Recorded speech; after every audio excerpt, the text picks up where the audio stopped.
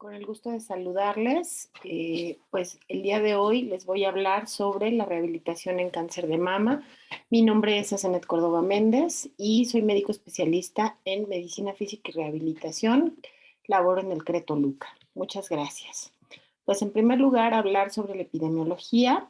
Debemos recordar que el cáncer de mama es el tipo de cáncer más común y que solo en el 2020 se reportaron más de 2.3 millones de casos. Sabemos que puede afectar por igual, bueno, que puede presentarse tanto en hombres como en mujeres, sin embargo, pues es mucho más frecuente en las mujeres por las razones obvias, ¿no? Se habla de que una de cada 12 mujeres se enfermarán de cáncer de mama a lo largo de su vida. Se considera que es la principal causa de mortalidad en las mujeres y que solo en el 2020 685,000 mujeres fallecieron de cáncer de mama.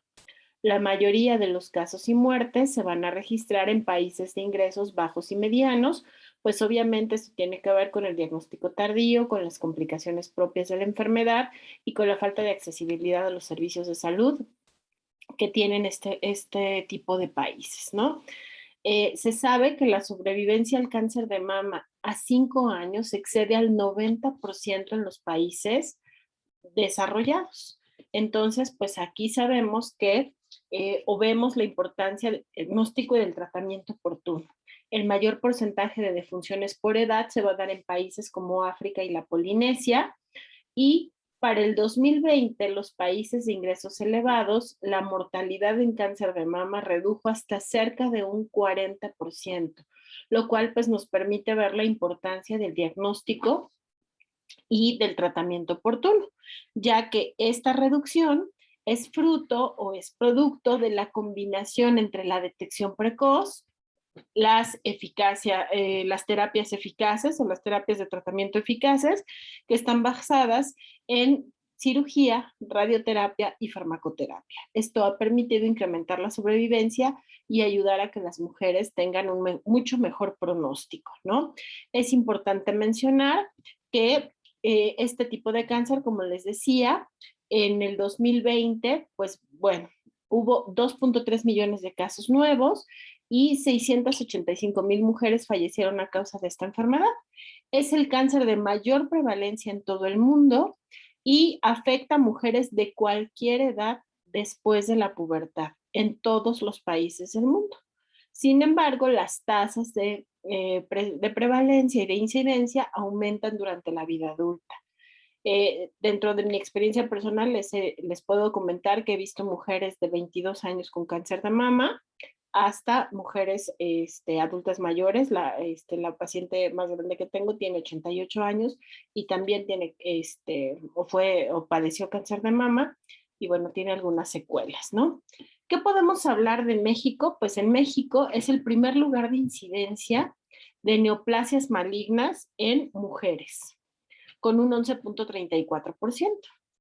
El incremento global es de aproximadamente el 15% anual, que como ustedes pueden ver es una tasa muy alta, y el grupo de edad más afectado se encuentra entre los 40 y los 59 años de edad. Entonces esta parte pues también es como muy importante que nosotros veamos el impacto tan alto que tiene la enfermedad en México, ¿no? Eh, si hablamos de factores de riesgo, es muy importante comentarles, pues bueno, que hay ciertos factores ya muy bien identificados asociados a la presencia de cáncer de mama, dentro de los cuales vamos a tener a los siguientes. El primero es la edad, en donde sabemos que la incidencia, como les decía, se incrementa con la edad hasta la menopausia. Hay cierta predisposición genética a la presencia de genes como el BCRA1 y el BCRA2, se ha asociado a un mayor riesgo de padecer cáncer de mama. Sabemos también que la presencia de cáncer en familiares de primer grado también se ha asociado al incremento en las tasas de la enfermedad. Factores hormonales, el uso de específicamente de algunos anticonceptivos orales y el consumo de algunas hormonas, pues también predispone a la presencia de esta enfermedad. La presencia de proliferaciones benignas como fibromas, mastopatía fibroquística, también se ha asociado a la presencia de cáncer de mama, y algunos factores ambientales como la exposición a la radiación también nos ha conllevado un mayor riesgo de padecer la enfermedad.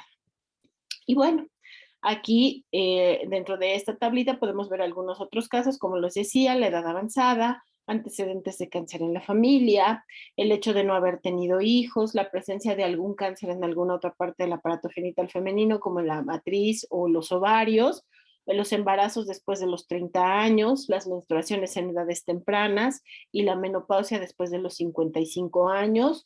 Como les mencionaba, el uso de anticonceptivos orales o terapias de reemplazo hormonal por tiempos prolongados. La obesidad es uno de los factores más importantes, el consumo de alcohol, de tabaco, el sedentarismo, el alto consumo de grasas saturadas y la exposición a radiaciones ultravioleta o a radiaciones ionizantes también se ha asociado a la presencia de esta enfermedad.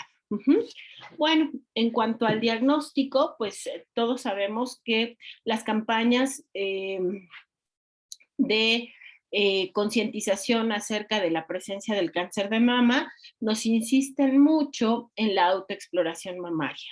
¿Sí? Entonces, ¿para qué? Pues para poder detectar a tiempo cualquier masa o cualquier situación anormal dentro del seno que nos permita hacer un diagnóstico oportuno. Dentro de las campañas de tamizaje, pues también se encuentra la mastografía, que es uno de los principales elementos que se utilizan para hacer un diagnóstico temprano.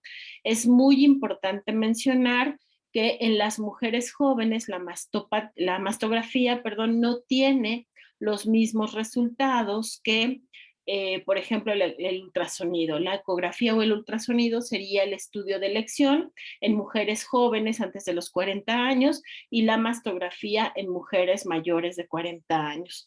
Y pues una vez que está establecido o que se tiene la sospecha, pues para la confirmación diagnóstica nos puede servir también el ultrasonido y la resonancia magnética, en la cual pues vamos a poder observar las lesiones. Esta diapositiva, pues lo que trata de mostrarles es los pasos sobre los cuales se lleva, o los pasos a seguir para llevar a cabo la autoexploración mamaria, ¿no? Que es muy importante que lo hagan prácticamente todas las mujeres. Bueno, una vez que se ha diagnosticado el cáncer, esta clasificación TNM nos va a permitir estadificar este proceso o esta enfermedad. En esta clasificación vamos a tener 3 puntos que vamos a evaluar: las tumoraciones, los nódulos linfáticos y las metástasis, ¿sí? En donde tenemos, pues en primer lugar, TX tumor desconocido, T0 sin evidencia de tumor primario, TIS carcinoma in situ, y de ahí T1, T2, T3, dependiendo del tamaño, y T4 dependiendo de la expansión que va a tener ese tumor.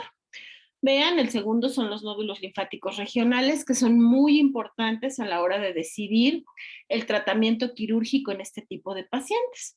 El N0 es cuando no se palpan ganglios axilares, el N1 cuando tenemos ganglios axilares fijos del lado del tumor, N2, ganglios axilares fijos en el mismo lado en ausencia de metástasis, y el N3 son metástasis a ganglios infra o supraclaviculares, y la M, como les decía, son metástasis. MX no se pueden evaluar metástasis distantes, M0 no hay metástasis a distancia, y M1 metástasis a distancia. En esta tabla número 3, vamos a tener los diferentes estadios de la enfermedad. El estadio 1, que nos habla de un tumor, como veíamos en la diapositiva anterior, menor de 2 centímetros, ¿sí? Sin nódulos y sin metástasis. En el estadio 2A vamos a tener un tumor entre 2 y 5 centímetros, sin nódulos linfáticos y sin metástasis. En el estadio 2B vamos a tener un tumor mayor de 5 centímetros, sin nódulos linfáticos y sin metástasis, y en el T4 vamos a tener, como nos dice aquí, un tumor de cualquier tamaño, pero que ya se extendió a la pared torácica o a la piel, sin nódulos linfáticos y sin metástasis. El estadio 3B va a ser aquel en donde pues vamos a tener ya un tumor con nódulos linfáticos, ¿sí? De cualquier tipo, o en el estadio 4, un tumor en cualquiera de los estadios que habíamos visto previamente, pero ya con metástasis en ganglios infra o supraclaviculares o con ganglios axilares fijos del mismo, del lado del tumor, y metástasis a distancia, ¿sí? Entonces esto nos va a permitir tomar una decisión acerca del mejor tratamiento para este tipo de pacientes. Bueno, ¿cuáles son los tratamientos más actuales o lo que se está utilizando actualmente? Pues el primero es la cirugía, que ya sabemos que hay diferentes tipos de mastectomías, la quimioterapia, la radioterapia y la terapia hormonal. Estos tratamientos son los más actuales, dependiendo obviamente de la estadificación. ¿Cuántos tipos de mastectomía vamos a tener? Pues vamos a tener la mastectomía radical, que nos habla de una resección de la mama, con resección también de los pectorales mayor y menor y de los ganglios axilares. Esto es muy importante a la hora de iniciar el tratamiento de rehabilitación y vamos a verlo más adelante el por qué. Podemos tener una mastectomía radical extendida, que es una mastectomía ultra radical, una mastectomía radical modificada, en la cual se hace una resección de la mama y de los ganglios axilares 1, 2 y 3, y una mastectomía simple, en donde se hace una extirpación completa del parénquima mamario, con o sin fascia del pectoral mayor y sin axilas. Entonces, esto es muy importante, reitero, a la hora de hablar sobre la rehabilitación. Y bueno, en esta diapositiva lo que pretendo mostrarles es la tasa de supervivencia a 5 años. Sabemos que aquellas pacientes en estadio 1 tienen una sobrevida a 5 años del 99%. Las pacientes en estadio 2, que ya tienen una propagación a ganglios linfáticos regionales, tienen una sobrevida del 93%. En el estadio 3, tienen una sobrevida a 5 años del 72%, y en el estadio 4, vean la diferencia, una sobrevida del 23%. De aquí la importancia del diagnóstico temprano y el tratamiento oportuno. Diagnosticar a tiempo una mujer con cáncer de mama nos va a permitir incrementar de manera considerable su sobrevida. Y vean, pues tristemente, cerca del 30 al 40% de los casos de cáncer de mama en América Latina se diagnostican en etapa metastásica. Entonces, pues esto va a tener un impacto, obviamente, no solo sobre la calidad de vida, sino también sobre la sobrevida de estas mujeres, ¿sí? Bueno, en el aspecto de la rehabilitación, ¿qué vamos a hacer cuando tenemos a una paciente con secuelas de cáncer de mama? Pues obviamente, pues el primer paso es hacer una historia clínica completa. Es muy importante saber qué tipo de tratamiento le están ofreciendo, porque cada uno de los tratamientos nos puede llevar a diferentes complicaciones. Es muy importante saber qué tipo de mastectomía le realizaron a la paciente, si hubo resección de los ganglios, cuántos ganglios se extirparon, porque bueno, esto va a tener un impacto sobre el manejo rehabilitatorio que le podemos ofrecer a esta paciente, ¿no? Y bueno, pues dentro de la exploración física, como ya sabemos, vamos a explorar desde la postura, vamos a explorar los arcos de movilidad del hombro, principalmente del hombro, aunque también es importante explorar pues prácticamente todo el miembro torácico. Vamos a evaluar la fuerza muscular, vamos a evaluar la sensibilidad, ¿sí? Vamos a evaluar el estado de la cicatriz. Reitero, es muy importante saber qué tipo de mastectomía para que sepamos también si hubo o no resección o liberación de la fascia del pectoral, pues porque eso también nos va a generar ciertas restricciones y nos puede llevar a cabo, nos puede llevar a limitaciones del movimiento, y específicamente en las pacientes postmastectomizadas y obviamente dependiendo del tiempo, pues es muy importante que evaluemos la circunmetría. ¿Qué es la circunmetría? Pues la medición de las circunferencias del miembro torácico afectado en comparación con el lado sano. Esto nos va a permitir determinar o no la presencia del linfedema, que como ustedes saben es la principal complicación que sufren este tipo de pacientes o secuela después de la mastectomía, ¿sí? Es muy importante evaluar también la presencia de dolor, reitero, pues todo lo que normalmente hacemos, la exploración de la movilidad, las contracturas, los reflejos, la sensibilidad, el examen manual muscular, la evaluación de la cicatriz quirúrgica, pues evaluar su longitud, la presencia de tínel, si está adherida, si no se encuentra adherida, evaluar puntos dolorosos, evaluar espasmos musculares, reitero las contracturas, la fuerza muscular, para poder determinar qué es lo que vamos a trabajar específicamente, pues con este tipo de pacientes. Y bueno, en relación a este punto, pues les quiero decir que la supervivencia prolongada de pacientes con cáncer de mama nos ha evidenciado la importancia de la rehabilitación para mejorar la calidad de vida de estas pacientes. No debemos perder de vista que la rehabilitación nos ayuda de manera considerable a mejorar la calidad de vida de las personas, por eso es muy importante que todos los pacientes, después de un procedimiento de esta naturaleza, pues reciban un adecuado tratamiento de rehabilitación. Bueno, ¿por qué es importante la rehabilitación después de la mastectomía? Pues primero, como les decía, pues este proceso se vuelve fundamental después de la cirugía, independientemente del tipo de cirugía del cual nosotros estemos hablando. Puede ser una mastectomía simple, puede ser una mastectomía radical, puede ser una radical modificada. Es muy importante el tratamiento de rehabilitación en estos pacientes. ¿Cuál es el objetivo de esta? Pues lograr la independencia funcional de la persona. El tratamiento es un tratamiento multidisciplinario que a largo plazo va a tener un gran impacto en los costos de la atención médica de este tipo de pacientes. ¿A qué va enfocado nuestro tratamiento? Pues primero a mejorar la movilidad del miembro afectado, reitero, al manejo de la cicatriz quirúrgica y a evitar complicaciones. ¿Cuál es la más importante? Pues de estas, como les decía, la complicación más importante y que amerita el tratamiento es el linfedema. Bueno, dentro del objetivo general de la rehabilitación, pues que buscamos lograr beneficios con un programa de ejercicio controlado que nos permita mejorar la calidad de vida de los pacientes. Y específicamente, pues buscamos, les decía, prevenir o en caso de que ya se haya presentado, disminuir la sintomatología del linfedema, mejorar el dolor, mejorar los arcos de movilidad y la fuerza muscular. Bueno, ¿qué etapas tiene este tratamiento de rehabilitación? Se habla de una etapa preoperatoria que, como ya sabemos, pues nos va a permitir preparar al paciente para enfrentar este proceso y en este sentido pues debemos trabajar con la movilidad del hombro, con la fuerza muscular, lo cual nos va a permitir trabajar o acelerar el proceso de recuperación en este tipo de pacientes. Y la segunda etapa es la etapa postoperatoria. Esta etapa postoperatoria va a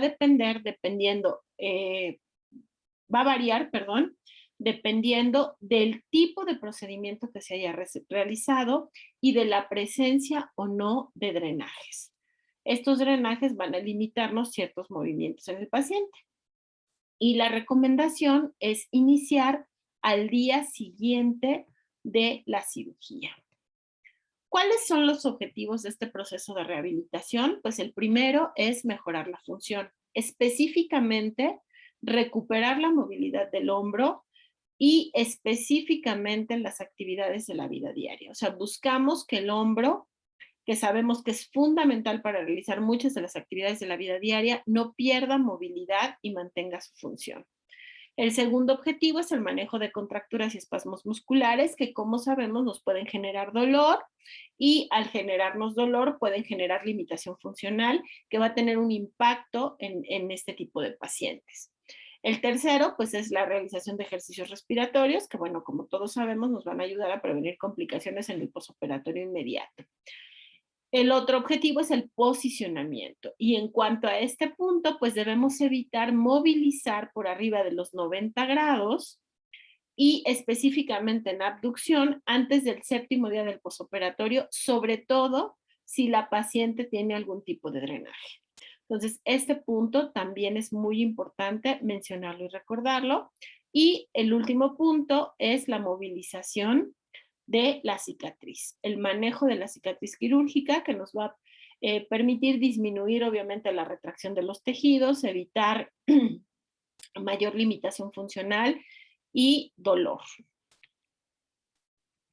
Bueno, les decía que dentro de esto pues vamos a tener, hay algunos autores que manejan 3 etapas, otros que manejan 4, pero bueno, la etapa 1 que va del primer día al 7º día del posoperatorio y en la cual vamos a manejar técnicas como la terapia manual, la movilización pasiva del hombro, teniendo cuidado con lo que les había comentado, las restricciones por la presencia de los drenajes al movimiento de abducción y evitar movilizar en flexión por arriba de los 90 grados, ¿sí?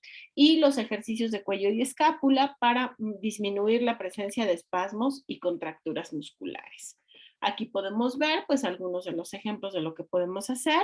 La movilización debe ser pasiva, podemos trabajar técnicas de terapia manual para liberación de la fascia, para disminuir los espasmos, el manejo de las contracturas. Y es muy importante la movilización del cuello y de la escápula. En la segunda etapa nos vamos a enfocar en acelerar esa cicatrización, en el manejo de la sensibilidad, que también se vuelve muy importante, el mejorar los arcos de movilidad del hombro y dependiendo del tipo de mastectomía que se realice, podemos empezar a valorar la necesidad de prendas de compresión. ¿Por qué esto? Pues porque hay pacientes en los cuales se hacen manejos muy radicales y hay una resección ganglionar muy amplia, en donde debemos considerar que el linfedema va a presentarse sí o sí. Entonces es muy importante empezar a trabajar con medidas preventivas, en este caso el uso de mangas de compresión para disminuir la incidencia del linfedema en este tipo de pacientes.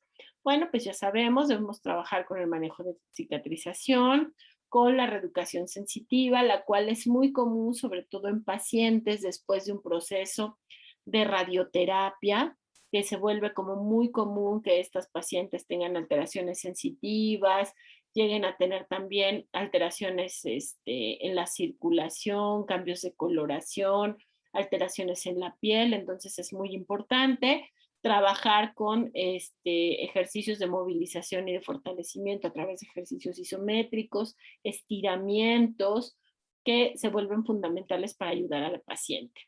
Y esta segunda etapa se va a dar entre el 7º día y el día 15 después de la cirugía.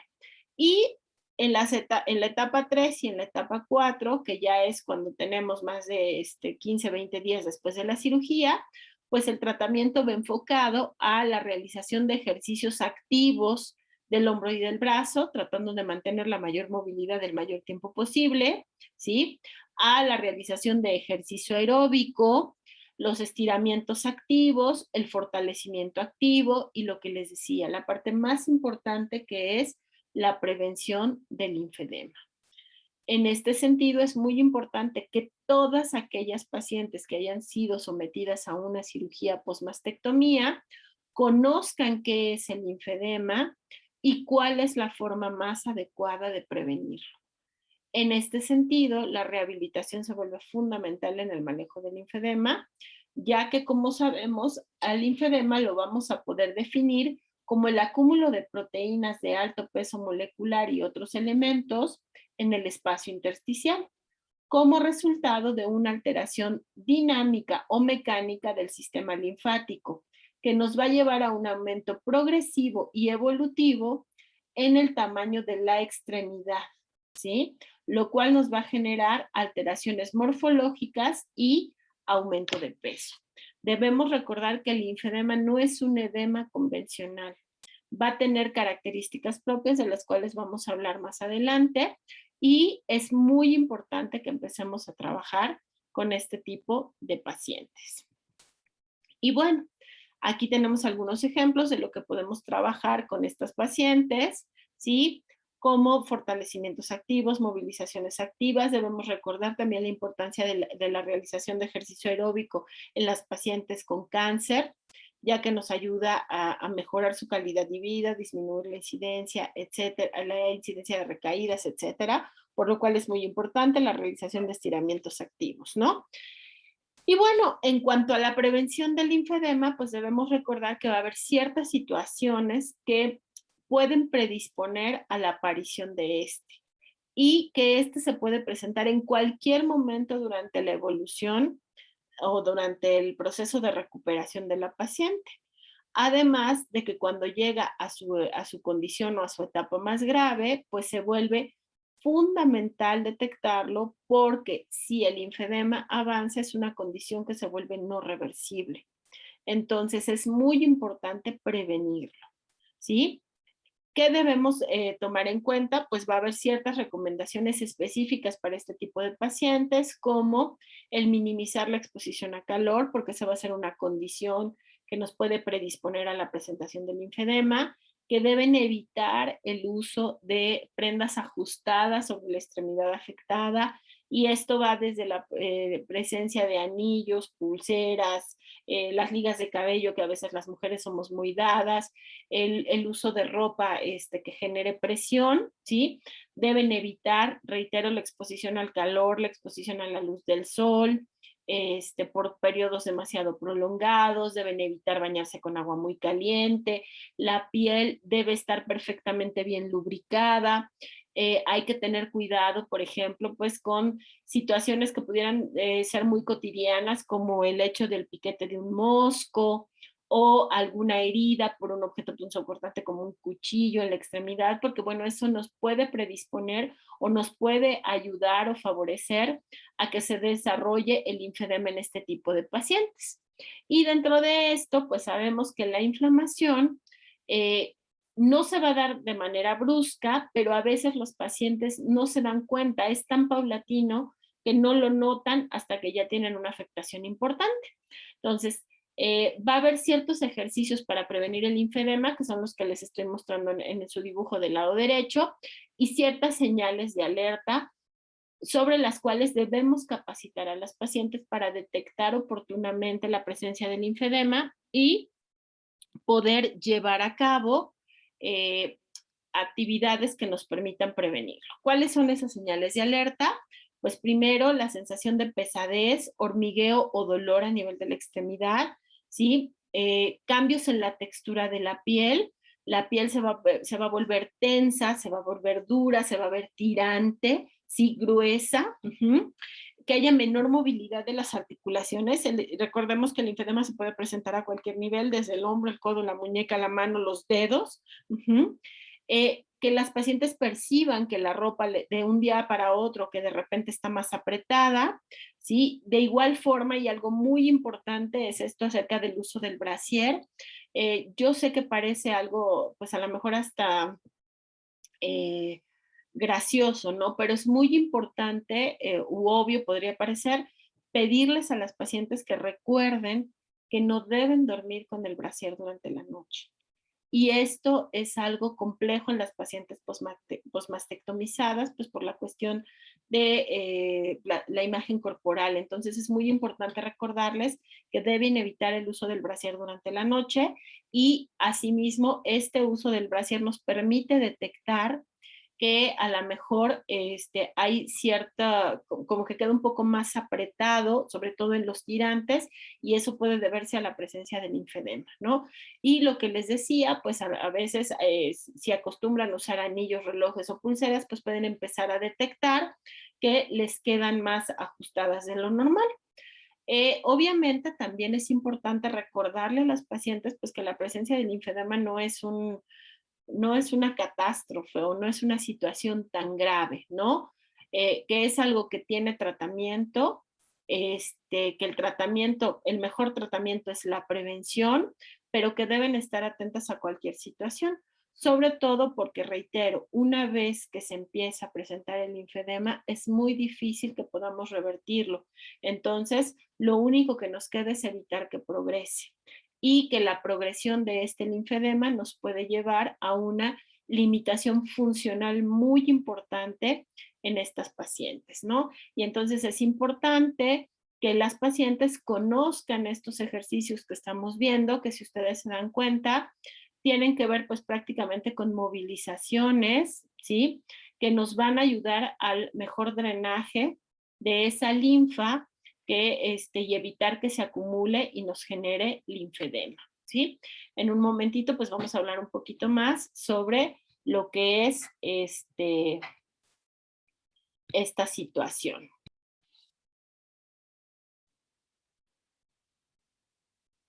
Y bueno, como les decía, pues uno de los efectos secundarios del tratamiento de cáncer de mama y quizá la complicación más importante de pues va a ser el linfedema. ¿Qué nos genera el linfedema? Pues es muy importante hablar que nos va a generar una limitación en la movilidad del hombro, dolor, falta de elasticidad en la piel, alteraciones en la sensibilidad y el síndrome de la red en la axila, que es lo que nosotros vamos a poder ver a continuación, ¿sí? Esta parte que podemos observar. Esa tensión que vamos a poder observar, ¿no? ¿Qué está implicado en la aparición del linfedema del miembro superior? Pues lo que les decía, la parte más importante es el vaciamiento axilar, o sea, la extirpación de los ganglios linfáticos, pero también la fibrosis de estos secundario a la radioterapia, que como sabemos, pues también es parte del tratamiento que se realiza en muchas de estas pacientes. ¿Qué es en sí el sistema linfático? Pues ya sabemos que el sistema linfático va a tener un sistema superficial y otro profundo, con estaciones ganglionares intercaladas que van a estar conectadas y que nos van a ayudar a la circulación de ese líquido llamado linfa, ¿no? Es una parte muy importante del sistema inmunológico que van a generar una circulación que está conectada entre las diferentes estructuras y que se da a través de los vasos linfáticos. ¿Cuáles son las funciones de este sistema linfático? Pues ayudar en la respuesta inmunitaria y generar un equilibrio líquido en el medio interno. Por eso es tan importante que si quitamos esos canales a través de los cuales va a fluir este líquido, pues vamos a tener una mayor posibilidad de que haya una obstrucción, ¿no? Bueno, vamos a tener, decíamos, ganglios superficiales y ganglios internos, y pues bueno, al extirpar esta red ganglionar, pues obviamente vamos a tener una predisposición mayor a esta complicación llamada linfedema. ¿Cómo podemos definir el linfedema? Ya les había dicho, pues es el aumento anormal de este líquido, que es un líquido rico en proteínas en el espacio intersticial, secundario a una alteración en la capacidad de transporte del sistema linfático. Este punto es muy importante, no es que aumente el líquido, es que no tenemos por dónde drenarlo. Y por lo tanto, esto se va a manifestar como un incremento en el volumen del miembro afectado. El linfedema es un síntoma invalidante que va a afectar la calidad de vida de las pacientes porque va a generar una limitación muy importante en la movilidad del miembro torácico. Y podemos hablar desde el hombro hasta los dedos. Entonces es muy importante por eso su prevención. ¿Por qué se caracteriza el linfedema? Pues ya decíamos, por el aumento de volumen o tamaño del miembro afectado, por la pesadez, el dolor, la disminución de la capacidad funcional, y esto obviamente también nos va a llevar a una afectación en la estética, que si consideramos que las pacientes postmastectomizadas tienen ya una afectación por la pérdida de la mama, pues imagínense si además de eso tienen un megabrazo, pues va a afectar emocionalmente en forma muy importante este tipo de pacientes, además con el costo económico que implica este tipo de tratamientos, ¿no? ¿Cómo lo podemos definir? Pues como la acumulación de linfa en los espacios intersticiales del brazo. Recordemos que la linfa es un líquido lechoso, rico en proteínas, ¿sí? Y que este linfedema va a estar causado por la alteración circulatoria de este sistema linfático, que va a tener un carácter crónico y evolutivo. ¿Qué quiere decir esto? Que si no lo tratamos, esto se va a complicar, se va a complicar, se va a complicar, hasta que pueda no ser reversible, ¿sí? Se va a deber a la obstrucción o destrucción de los vasos linfáticos, aunque el líquido como tal va a ser normal. Sin embargo, vamos a tener una insuficiencia mecánica ya que no tenemos los canales suficientes a través de los cuales este líquido va a poder ser transportado, por lo tanto va a tender a acumularse. ¿Qué tan frecuente es? Pues miren, cuando tenemos tratamiento quirúrgico más vaciamiento axilar, se va a presentar entre un 20 y un 25% de las pacientes.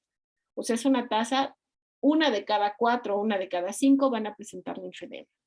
Y cuando hacemos o se hace una resección quirúrgica, un vaciamiento axilar y radioterapia, la incidencia se incrementa hasta en un 35%. Se habla de que cuando se hace biopsia del ganglio centinela, esto va a reducir el riesgo del linfedema hasta en un 5%. Y bueno, vamos a poderlo de clasificar en dos. El linfedema incipiente o precoz, que es aquel linfedema reversible con un edema blando que deja una marca llamada fobia, que ya sabemos cuál es el signo de la fobia, que es cuando presionamos con nuestro dedo que se quede marcado y que va a ceder parcialmente con el repaso. Y el linfedema tardío, que es aquel linfedema estable, que ya se encuentra fibrosado, se siente duro, ¿sí? No va a dejar fobia y es irreversible. En este tipo de pacientes podemos incluso ver ya alteraciones en la piel se va a volver gruesa como de elefante. Uh-huh. Por lo tanto, pues es muy importante recordar que la prevención y el diagnóstico precoz van a ser fundamentales a la hora de manejar este tipo de pacientes. Y pues bueno, el principal manejo siempre es la prevención. ¿Qué quiere decir esto? Que se habla de que en muchos de los casos se debe entregar a las pacientes un tríptico informativo sobre el riesgo de linfodema en el posoperatorio. Todas las pacientes que sean sometidas a una mastectomía deben estar informadas sobre lo que es el linfedema y cómo prevenirse, porque hay normas higiénicas y cuidados de la piel que se deben mantener de por vida. El hecho de que una paciente no haya desarrollado el linfedema, hayan pasado 5, 10, 15 o 20 años después de su cirugía, no quiere decir que no lo puede presentar en cualquier momento y por tanto es fundamental que realice sus ejercicios terapéuticos que les mostré en las diapositivas previas y que aquí podemos ver algunos de ellos, ¿no? Por eso la importancia de la rehabilitación para la prevención del linfedema. Entonces, recordemos que la movilización después de la cirugía debe iniciar al día siguiente del posoperatorio, que debemos hacer movilizaciones de todo el miembro torácico, ¿sí? Que inicialmente son movilizaciones pasivas y que van a ir aumentando conforme vaya progresando la paciente, ¿sí? Que debemos hacer después de 15 días movilizaciones ya activas, estiramientos activos, ¿sí? Y que es muy importante recordar los cuidados generales que les había mencionado. Tienen que tener cuidado con piquetes, cortaduras, quemaduras, heridas, porque eso puede predisponer a la presencia del linfedema, ¿sí? No deben cargar la bolsa sobre la extremidad afectada o si tienen que cargar bolsa, esta no debe de ser de un peso mayor a 2 kilos. Debemos limitar el uso de ropa muy ajustada sobre ese brazo. No se deben vacunar ni se deben usar técnicas de acupuntura sobre ese brazo. Hay que vigilar el peso porque, bueno, pues hay ciertos alimentos como los azúcares refinados que se han visto que se predisponen a la presencia del linfedema. Evitar la exposición excesiva al calor o el aumento excesivo de temperatura sobre ese brazo. La piel siempre se debe mantener hidratada. Hay que evitar cierto tipo de ejercicios que impliquen como ejercer mucha presión sobre ese brazo, ¿sí? Y obviamente ciertos posicionamientos como el mantener ligeramente elevado el brazo durante el descanso. Y como les decía, cualquier alteración que se pueda presentar en la piel, pues nos puede predisponer al desarrollo del linfedema desde un piquete que se puede infectar, que puede dar una celulitis, que puede generar cambios en la piel, pues todo esto va a ayudar a que esta condición se desarrolle. Y pues bueno, decíamos higiene y cuidado en la piel, evitar uso de relojes, anillos, pulseras, ropa muy ajustada y esto incluye, reitero, desde el tirante del brasier, ¿no? Evitar cargar peso excesivo mayor a 2 kilos sobre la extremidad afectada, el posicionamiento, ¿sí? Evitar lesiones porque bueno, esto nos va a ayudar, lo que les decía, la exposición excesiva al sol, incluso el viajar en avión, los cambios bruscos de presión también pueden predisponer a la presencia del linfedema. No es que las pacientes no puedan cocinar, sino que deben programar sus tiempos y espaciar los tiempos para cocinar, por ejemplo, estar expuestos al calor directo sobre la estufa, evitar la exposición al sol, pueden ir a la playa, pero pues tienen que llevar toda su protección, usar un sombrero, etcétera, ¿sí? Y pues obviamente la realización de ejercicios, ¿no? Y pues ya cuando la paciente realiza algún tipo de ejercicio, pues se deben evitar eh, ejercicios de resistencia con esas extremidades. O sea, no deben hacer ejercicios como levantamiento de pesas o esto, porque esto puede predisponer al desarrollo del linfedema.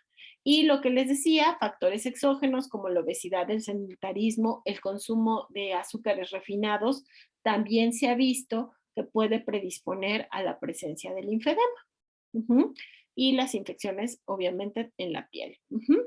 ¿Cómo se valora el linfedema? Pues ya habíamos hablado un poco de la circometría. La circometría nos va a permitir hacer ese diagnóstico del linfedema, que es como tal la circometría, la medición de perímetros en diferentes referencias anatómicas del miembro superior, en este caso porque hablamos de pacientes postmastectomizadas, comparado con el miembro contralateral.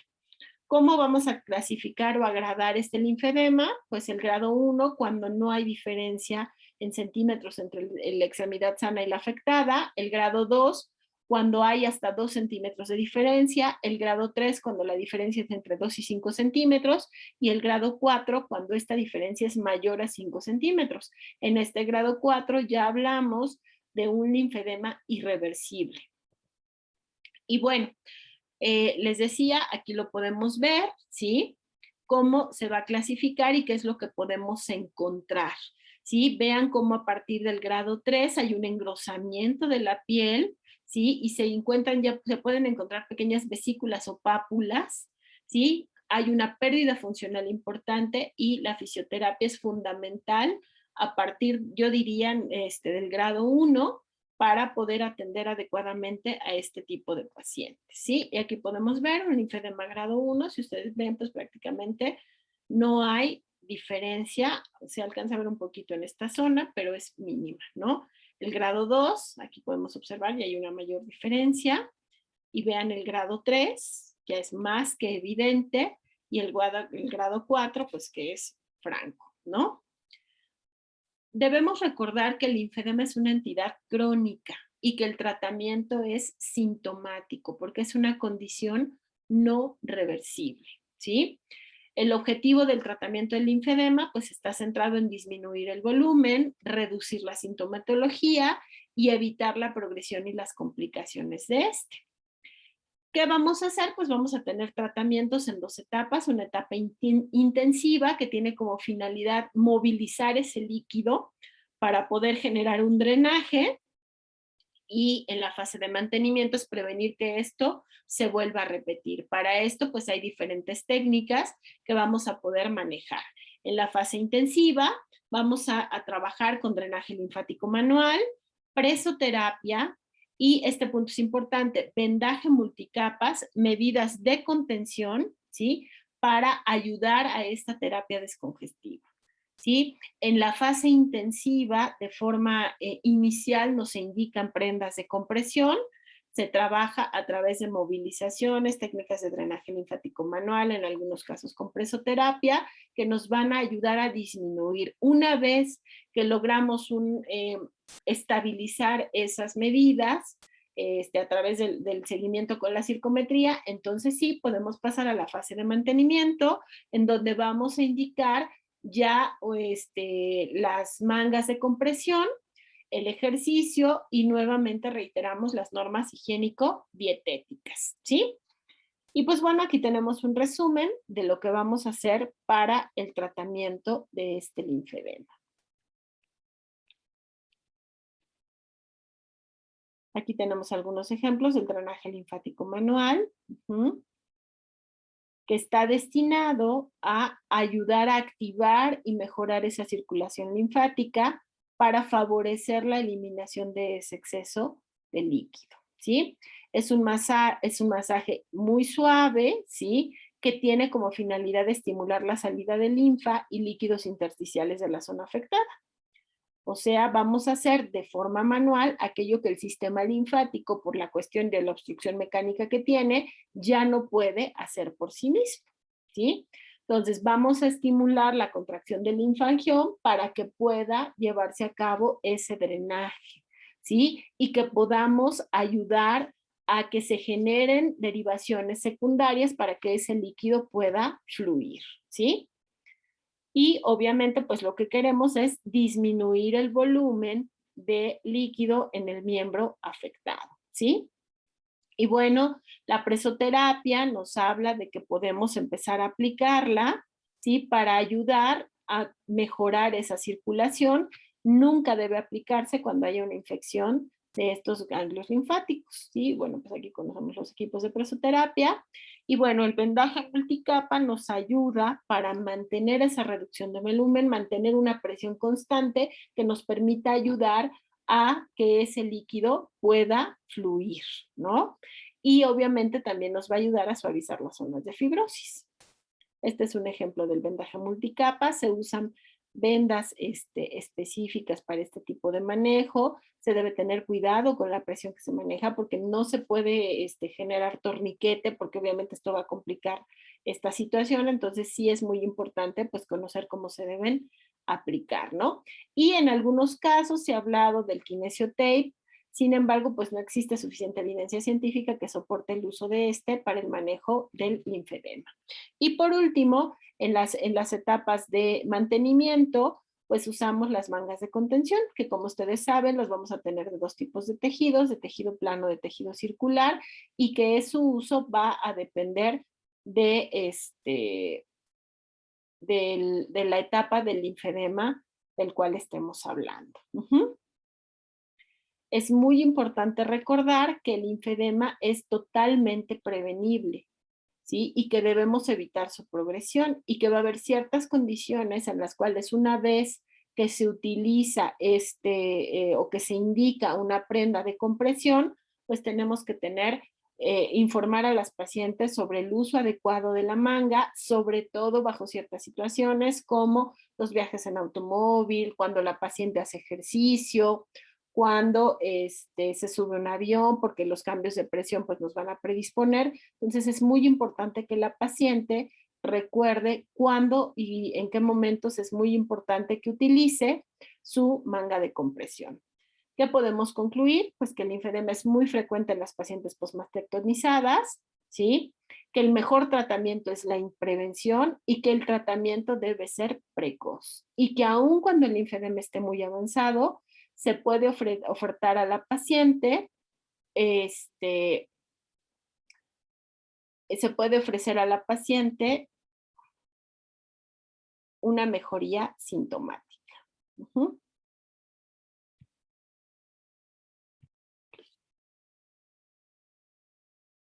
Y pues bueno, por último, pues aquí dejo la bibliografía que utilicé para esto. Agradezco mucho su atención y espero que pues la charla haya sido de utilidad. Gracias por su atención y que tengan un excelente día. Muchísimas gracias a todos. Linda noche.